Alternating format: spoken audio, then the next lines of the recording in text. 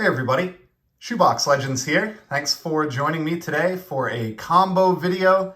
This is going to be my big fish card of the month for July, but it's also going to be a video response to Dylan at DoubleD Vintage Sports Cards, which is an amazing YouTube channel I've only discovered in the last couple of months, but he's actually been on the platform for a few months now.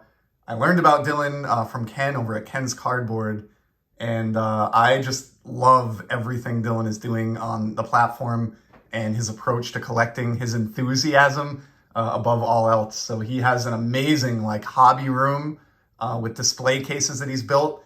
Lives out, I think, on the island of Hawaii, or one of the islands in Hawaii, and has an amazing card room, has been collecting for over 3 decades. And I would say, as much passion as I've seen from anybody on the YouTube platform. He just genuinely loves vintage cards and cardboard. You can tell he's having an absolute blast doing these videos, and he just really brings it. So Dylan, admire your passion. Dylan recently hit the 500 subscriber mark, and he's doing a VR to give away a custom card frame that he has created that will hold either a PSA or an SGC slab, and has UV protected glass on it, and you can frame the slab and put it up in your hobby room, or anywhere in your house, maybe in your bathroom, or if you have a dining room, maybe your significant other wants you to put it in front of the dining room table on the wall, whatever the case may be. It's a beautiful looking frame, and more than anything, I wanted to do my VR to support Dylan and shout out his channel in case any of you have not yet heard of him. I can't recommend it enough. He usually puts out 1 video a week, anywhere from 30 minutes to an hour. And for me, it is must-watch YouTube hobby content. So the reason I decided to combine the VR and the Big Fish card for July is my big card for July is a card that Dylan is a huge fan of, has multiple copies of, and has mentioned numerous times on his channel. And I am not sure if he specifically has addressed this or if he would agree with this statement, but I've heard it referred to as the last true rookie card, and I sort of agree with that, and I'll explain why. So I probably just gave away what the card is here. So without further ado, here's the pickup. I'm so pumped. I've never owned this card. After getting into collecting, more than 35 years ago, finally landed the Rickey Henderson Topps rookie card. Just pumped to have this.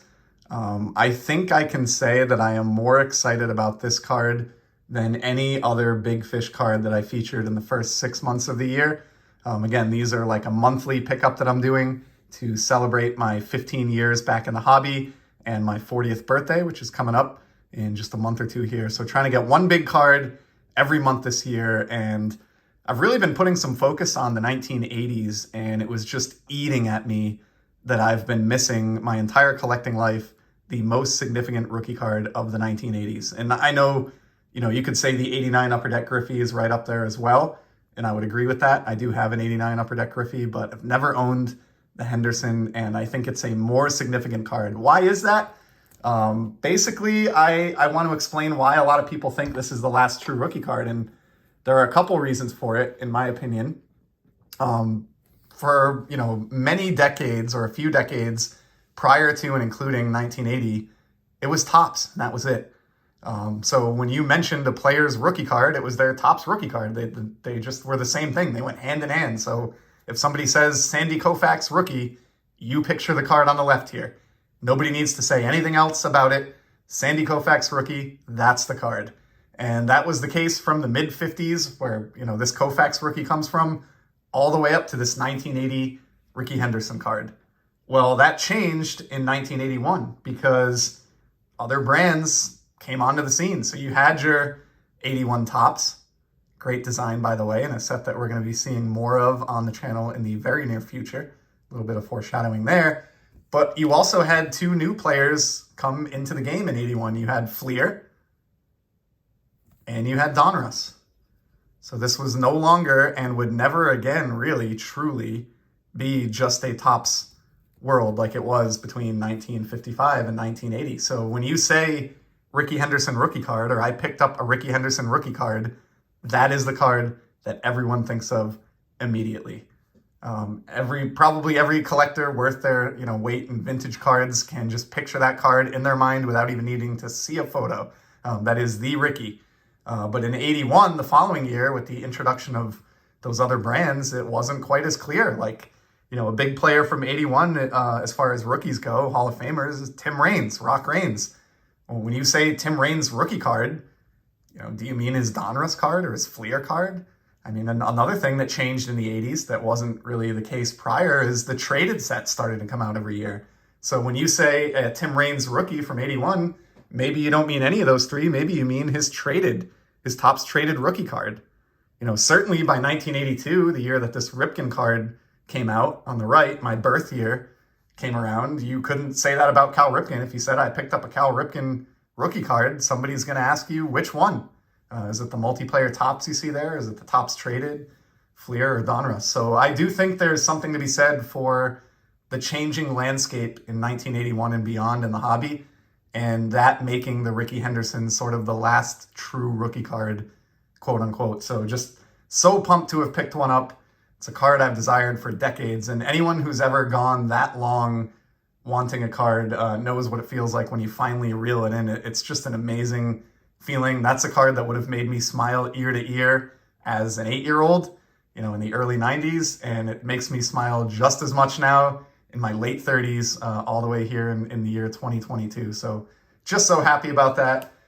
It's kind of a big purchase. If you know, but these early 80s cards are not easy grades. The card stock that Topps used, particularly for the first few years in the 80s, was really tough on damage. They're just, the borders and the edges were easily chipped. It's just really hard to find early 80s Topps cards in high grades sometimes. I think famously, like the Fernando Valenzuela rookie for forever didn't even have a single PSA 10 in existence. It may still not.